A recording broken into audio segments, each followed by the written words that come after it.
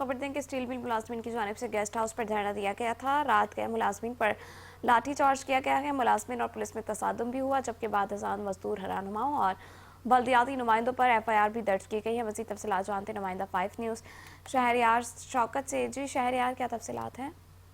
बिल्कुल थाना steel town की हदूद है। इसके अंदर स्टील मिल मुलाजमीन को जब ये इत्तला हुई कि गुज़िश्ता दिन CEO Pakistan steel guest house में है, तो उन्होंने गेस्ट हाउस का मुहासरा कर दिया था और CEO को निकलने से रोक दिया था और ये कहा गया था कि मुतालबात की मंजूरी तक हम CEO को निकलने भी नहीं देंगे और धरना भी खत्म नहीं करेंगे।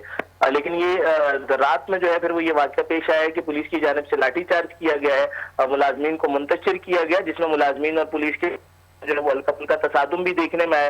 फायरिंग का वाकया भी इसमें पेश आया, हवाई फायरिंग की गई है। मुलाजमीन मुंतशिर हुए तो उसके बाद CEO को जो है वो सिक्योरिटी में यहाँ से निकाल लिया गया है। उसके बाद थाना स्टील टाउन के अंदर जो मजदूर रहनुमा और जो लोग इसमें शामिल थे उनके खिलाफ मुकदमा दर्ज किया गया है, जिनमें मजदूर रहनुमा धनी बख्श समो, अमजद जरदारी, बल्दियाती नुमाइंदों में मीर अब्बास, राव सफदर, इनके नाम शामिल किए गए हैं। इनके अलावा 40 से 50 नामालूम अफराद जो है उनको भी इसमें नामजद किया गया है। जी, तफसीलात के लिए शुक्रिया शहरयार।